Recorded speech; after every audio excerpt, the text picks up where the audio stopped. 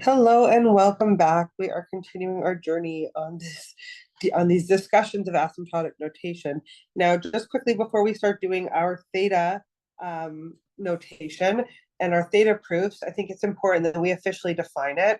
Now, theta means that we're basically going to be binding that f of n function by two different values. So we're saying that there exists an m1 and an m2.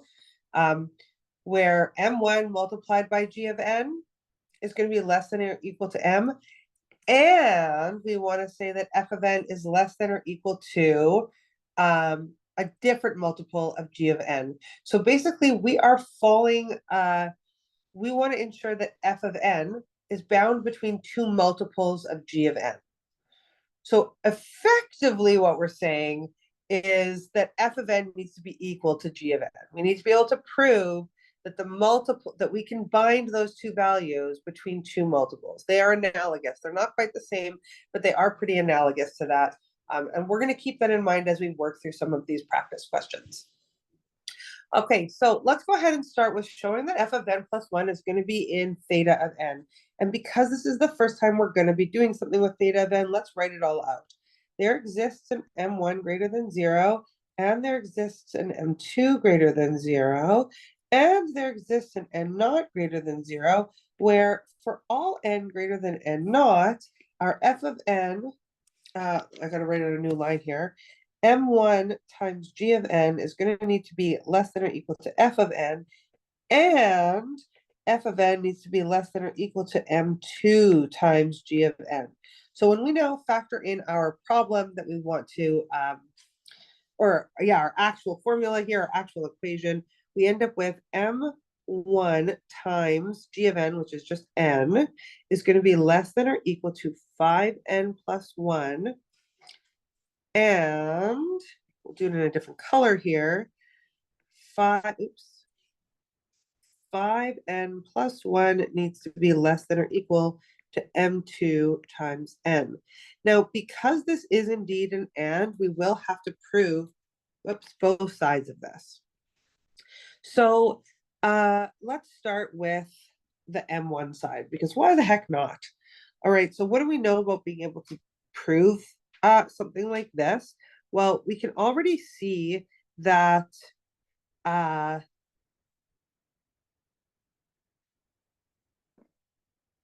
we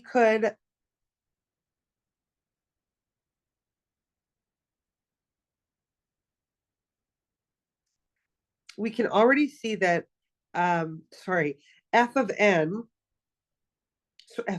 5 of n is clearly less than 5 of n plus 1, right? That's obvious to us just as human beings, as long as we are in those positive numbers. So as long as n is strictly greater than 1, so I guess we have to pick an n naught. N naught should be 1. So that implies n is strictly greater than 1. We know that f of n will be strictly less than or equal to 5n plus 1. And in saying that, we recognize that if m1 equals 5, we can make this side true. So that's pretty straightforward for us. So let m equal 5 and n naught equal 1, 5n less than or equal to 5n plus 1, duh. Okay, so that's why it's easy as long as we pick some value, like some smart values. So we picked an m1 and an n naught. Now m1 and m2 are completely independent of each other, but the n naught does get shared between both. So it's important that we keep that in mind when we move over to the other side. So now when we go to look at the other side, we can also see that if n naught is equal to 1, so n is greater than 1, f of n plus 1 is going to be less than or equal to 6 n.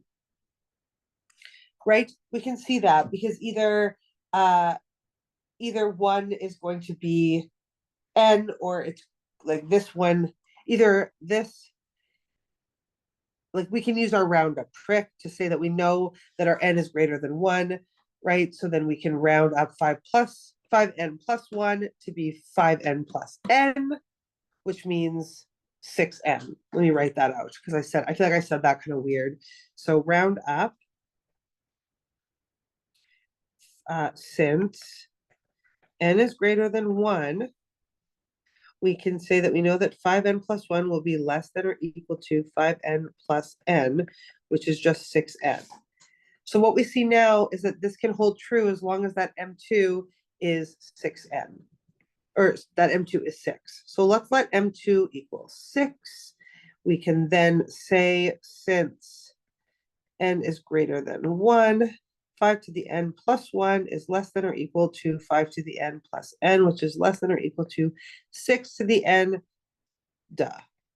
Proven. That's it. Really not that bad at all. So we've been able to look at how we might want to bind something by two different values, and we did have to show both sides. We did have to show why it holds for both sides.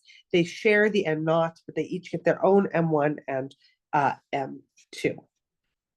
Okay, so that one's actually not too bad. Hopefully, we can all see that and agree. Now, in the next video, we're going to move on to proving a negation and take a look at how we might be able to do something like that.